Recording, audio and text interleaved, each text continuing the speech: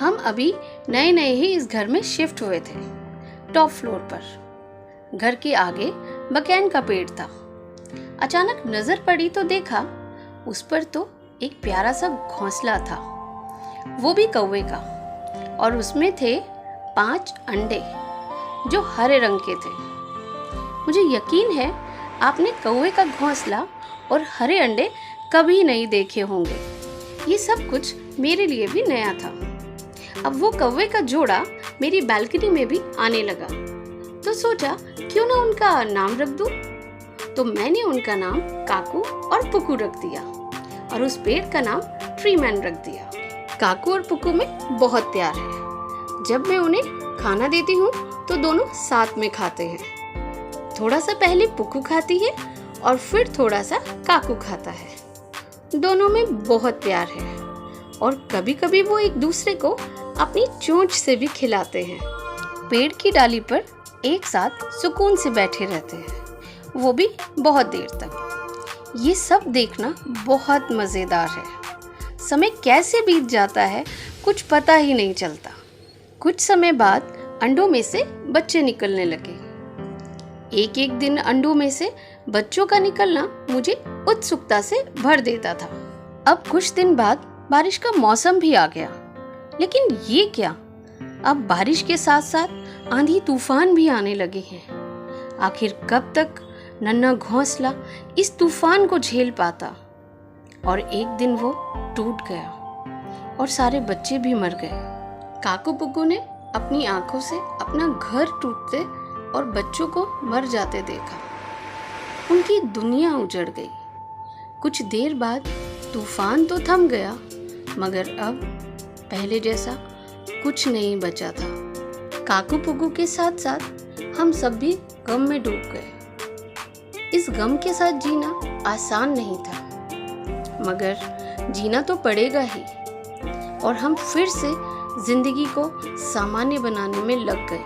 लेकिन अब मैं काकू पुकू को पहले से भी ज्यादा प्यार करने लगी। उन्हें प्यार से बुलाना, खाना देना और ढेर सारी बातें करने लगी।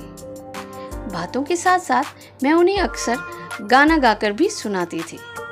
अब हम सब खास दोस्त बन गए हैं। अरे ये क्या!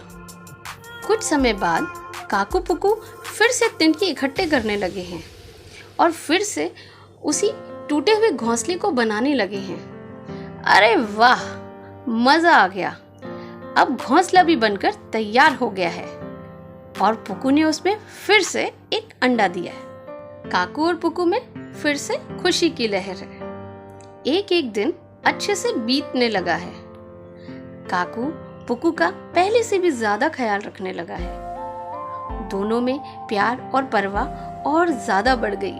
लेकिन अब फिर से बारिश का मौसम आ गया और फिर से वही घनघोर बारिश शुरू हो गई। कई दिनों की लगातार बारिश से घोंसला फिर से टूट गया। काकू पुकू पर फिर मौसम का कहर टूट पड़ा। लेकिन अब भी इन्होंने हिम्मत नहीं हारी है और इस बार एक और घना पेड़ ढूंढकर उस पे घोंसला बना लिया। लेकिन खाना पाने के लिए मेरे पास आते जाते रहे। आते जाते काकू पुकू ने मुझे जीवन की एक बहुत बड़ी सीख दी। इन नन्हे परिंदों ने जैसे प्रकृति से टक्कर ली हो। चाहे कुछ भी हो जाए, हम तुम्हारे आगे नहीं झुकेंगे, ना ही हार मानेंगे।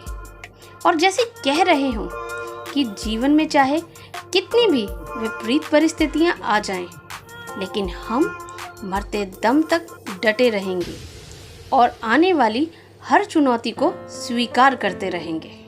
इन्हें इस जिद के साथ जीता देखकर मेरा दिल दिमाग सोचने पर मजबूर हो गया कि परिस्थितियों से लड़ने का इनका ये जज्बा वाकई काबिले तारीफ है।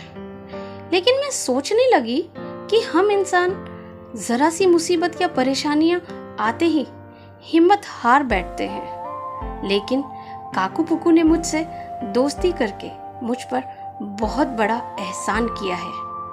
मैं कोशिश करूंगी कि इनसे सीख सकूं कि मजबूत इरादे कैसे बनाए जाते हैं। धन्यवाद काकू पुकू, मुझे अपना दोस्त बनाने के लिए। तो दोस्तों, आपको काकू और पुक्कू की प्यारी सी कहानी कैसी लगी और आपने इस कहानी से क्या सीखा? आप कमेंट करके हमें अपनी राय बता सकते हैं। अगर आपको हमारी ये प्यारी सी कहानी पसंद आई है तो आप हमें लाइक कर सकते हैं और ऐसी ही दिल छू लेने वाली कहानियों के लिए हमारे चैनल को सब्सक्राइब करें। पिछली वीडियो में आपने हमें बहुत अच्छे कमेंट किए और हमारी हौसला अफजाई की, उसके लिए हम आपका तहे दिल से शुक्रिया अदा करते हैं।